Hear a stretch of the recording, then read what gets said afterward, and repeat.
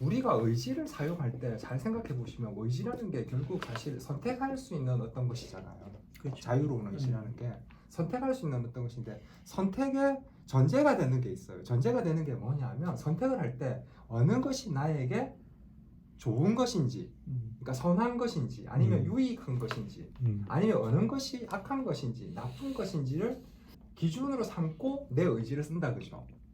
이거 없이 의지를 쓰나요?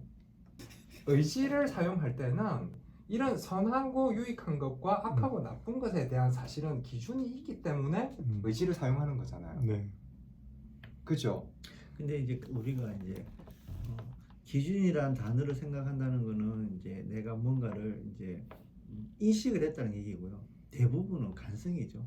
하던 대로 내 하던 대로 해오는 거죠. 그 관성도 예. 그 관성도 제가 지난 시간에 예. 말씀드렸지만 기울어진 운동장, 기름 발림이 그렇지. 기울어진 예. 운동. 그 관성도 한쪽 방향으로의 삶이 내 몸에 젖어 있었기 때문에 그렇죠. 그런 관성이 나오는 거잖아요. 그러니까 여기서 얘기하는 선택이라는 건 완벽히 평평한 운동장에서의 선택을 얘기하는 겁니다. 그러면 반드시 기준이 있어야 되겠죠. 그래서 우리가 범죄하고 난 이후에는 자유로운 의지의 사용이 안 돼요. 왜냐하면 기울어져 있기 때문에 우리의 의지는 한쪽 방향으로밖에 사용이 안 돼요. 그래서 루터나 종교개혁자들이 이 의지를 노예 의지라고 얘기한 겁니다. 자유롭게 사용이 안 돼요. 네. 근데 하나님께서 이 의지를 자유롭게 사용할 수 있게끔 우리에게 뭘 주셨냐면 성령을 통해서 말씀, 즉 하나님의 율법을 다시 주셨다고요. 다시 주셨기 때문에 우리는 무엇이 선한지 무엇이 악한지를 다시 알 수 있는, 그래서 우리 안에 진정한 자유의지의 회복이 언제 이루어지냐면 중생하고 나서 이루어지는 거예요. 그러면 진리이신 말씀이 내 안에 들어오니까 진리가 나를 어떻게 해요? 자유케 하는 거예요. 진리가 우리를 자유케 한다는 말은 진리이신 말씀이 우리 안에 들어와서 그것이 삶의 기준이 되므로 우리가 자유롭게 의지를 사용할 수 있게 된다는 뜻이에요. 그전에는 우리의 의지는 자유롭지 않아요. 우리가 성령을 통해서 성령께서 우리 안에 믿음을 주시고 그 다음에 성령께서 이 믿음을 사용하셔서 내 안에 있는 영의 지, 정, 의의 기능들을 사용하시고 그래서 말씀을 깨닫게 하시고 그 말씀을 통해서 하나님을 바라보고 하나님의 거룩함을 사모하게 하시고 그 다음에 하나님의 의로움을 따라가려고 하는 의지적인 삶을 살아가게 하는 것이 성령께서 내 안에 주신 믿음이 하는 역할이다, 그죠? 페이스가. 그럼 페이스가 들어왔는데 의지적인 삶, 그러니까 그리스도를 따르는 삶이 안 나온다?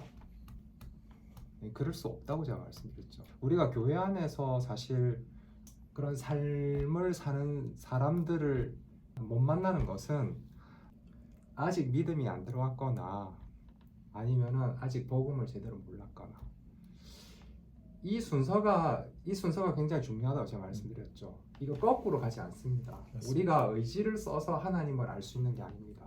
우리가 의지를 써서 하나님의 거룩함을 사모할 수 있게 되는 게 아닙니다.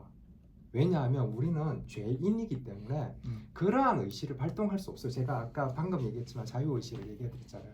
우리는 성령께서 믿음을 주셔서 그리고 성령께서 우리 안에 내주하심으로 우리가 중생하고 난 뒤에야만 하나님의 말씀을 보고 듣고 깨달을 수가 있습니다.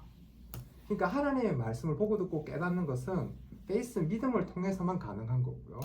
그래서 이 믿음이 내 영에서 지정의를 발동시키는, 내나 성령께서 믿음을 사용하시는 거죠.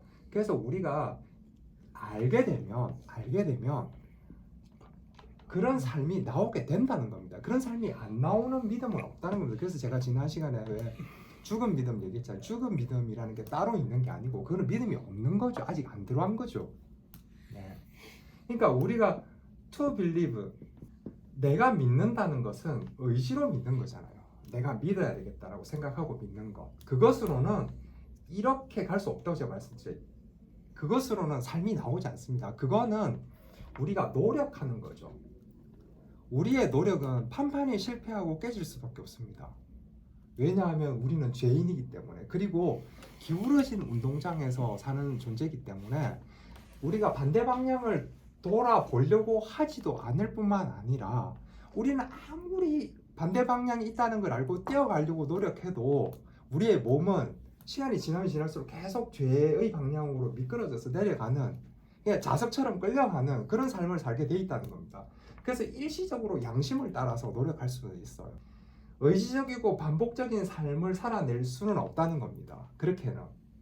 그러니까 우리가 반드시 이해하고 가야 되는 게 뭐냐면 하나님의 말씀을 제대로 이해하는 게 먼저 필요하다는 겁니다. 그래서 우리는 교회 안에서 거룩한 삶을 요구하기 전에 복음부터 먼저 가르쳐야 됩니다.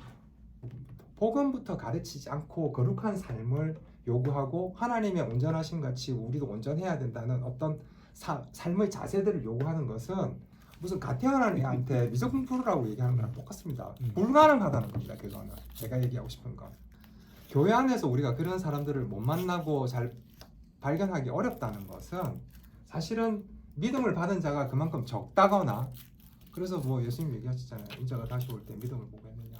믿음 받은 자가 적대거나 아니면은 아직까지 복음을 제대로 믿음을 받았어도 복음을 제대로 우리가 모르고 있다는 거죠. 알면 그렇게 못 산다는 거죠.